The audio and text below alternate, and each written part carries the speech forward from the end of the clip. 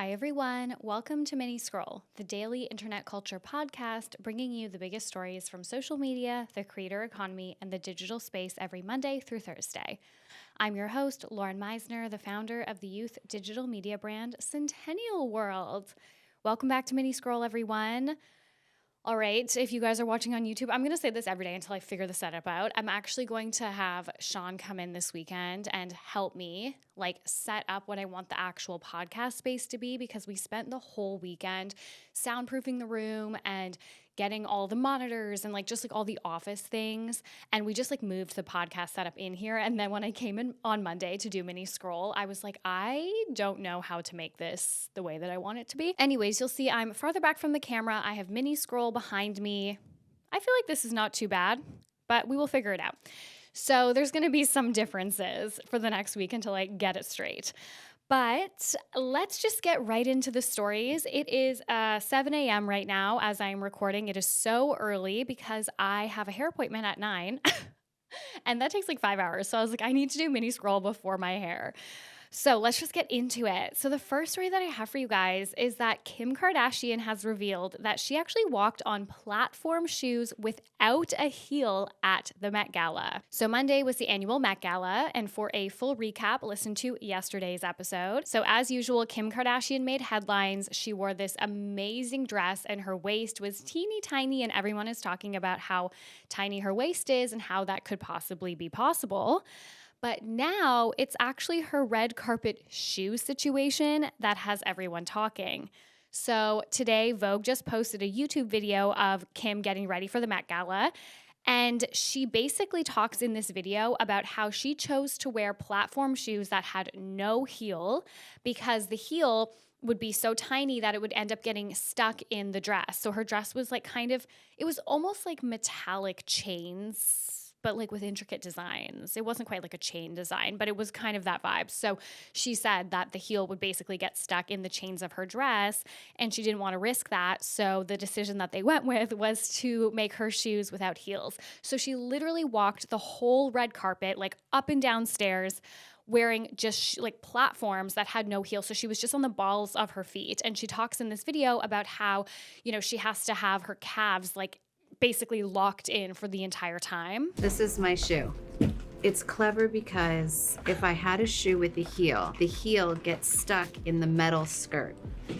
And so that was our issue of walking. So I'm going to have to put these on.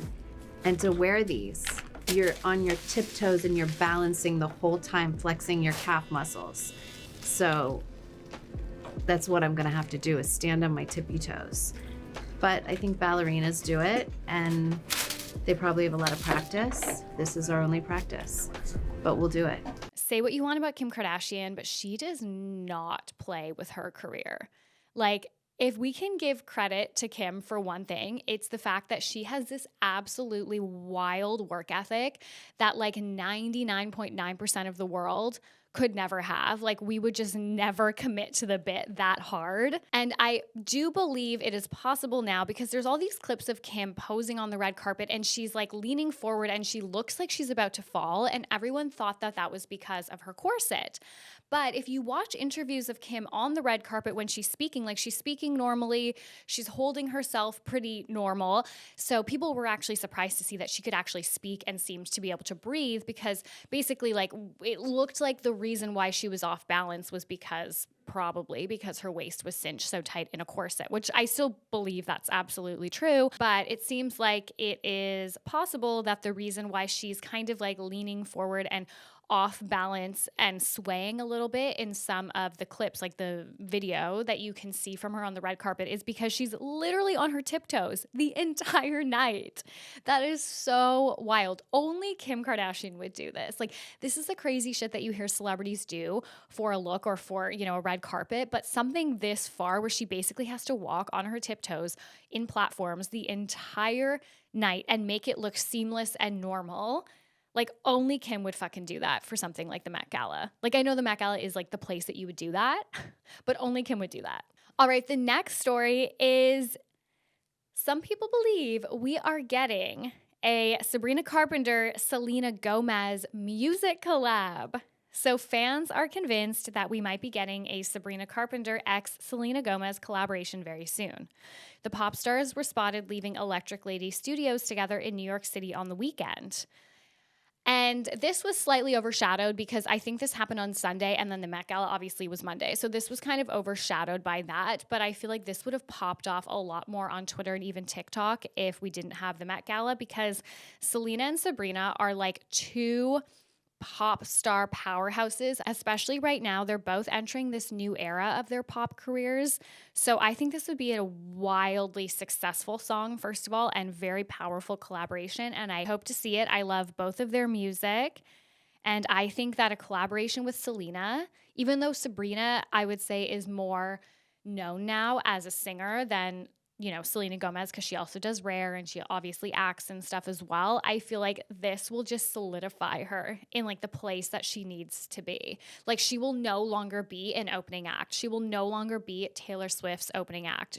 And I know she's had her own shows and she's been doing this for a long time, but I still think like because she went on tour with Taylor for so long, she's still kind of seen as one rung of like celebrity or singer below the big guys, and a collaboration with Selena Gomez would just solidify her as like the pop girly. All right, and the last story that I have for you guys also happened on the weekend, but Met Gala, so that took over yesterday's episode, is that Raven Symoné has told fans to stop sending her wife death threats.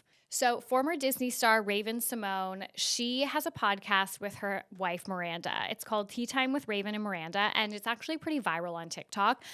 They are doing pretty well in like the social space. I don't know in terms of Raven's career, like doing films and things like that anymore, but like she's really solidified herself as like an internet personality and somebody who makes great content online. Like they have a YouTube channel and they do TikTok and podcast and whatever. So they're pretty popular there. Raven and Miranda have been doing some interview rounds to promote their new podcast, and clips of their interviews have led to backlash against Miranda for being a Raven hater. So most of the backlash is coming from these clips where Miranda says that she has not seen a lot of Raven's early work. A few notable podcasts where she jokes about this is Keke Palmer's podcast and the Bottoms Up podcast with Vanita.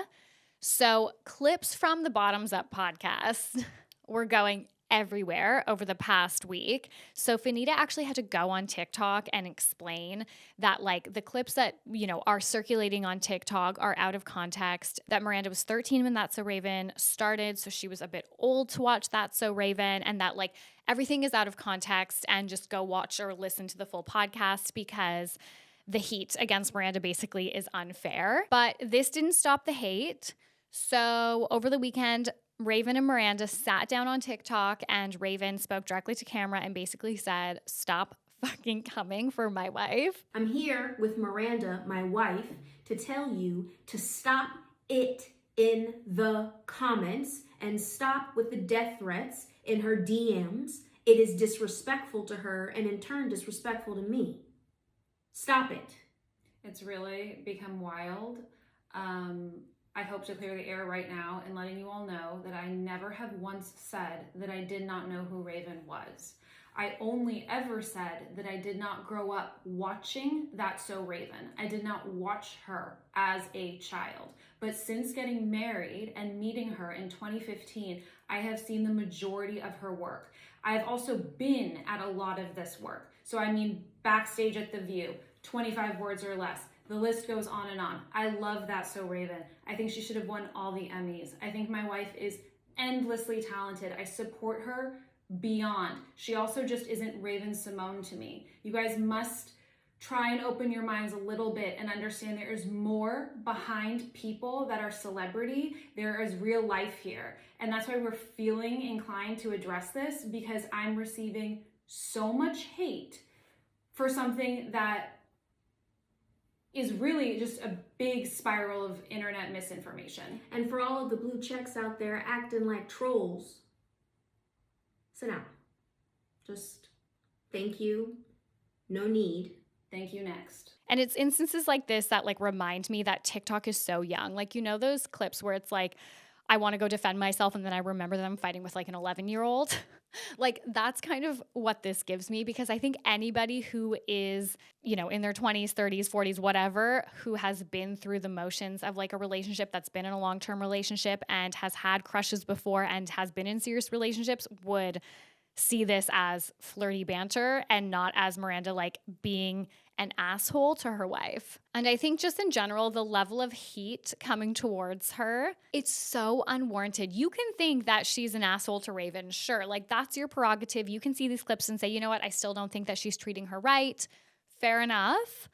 But in the scheme of what we have to be mad about in this current moment and also online from like celebrities and influencers, like this is not it. Like this is not the time. This is not the place to be directing that anger. All right, guys. Well, that's it for today. Just a quick little one. Thank you so much for listening to Mini Scroll. It means so much. Please remember to rate, review, and subscribe. It helps me grow. It helps me keep going. It helps me pay for this podcast space now that I will figure out eventually. I love you guys, and I will talk to you tomorrow.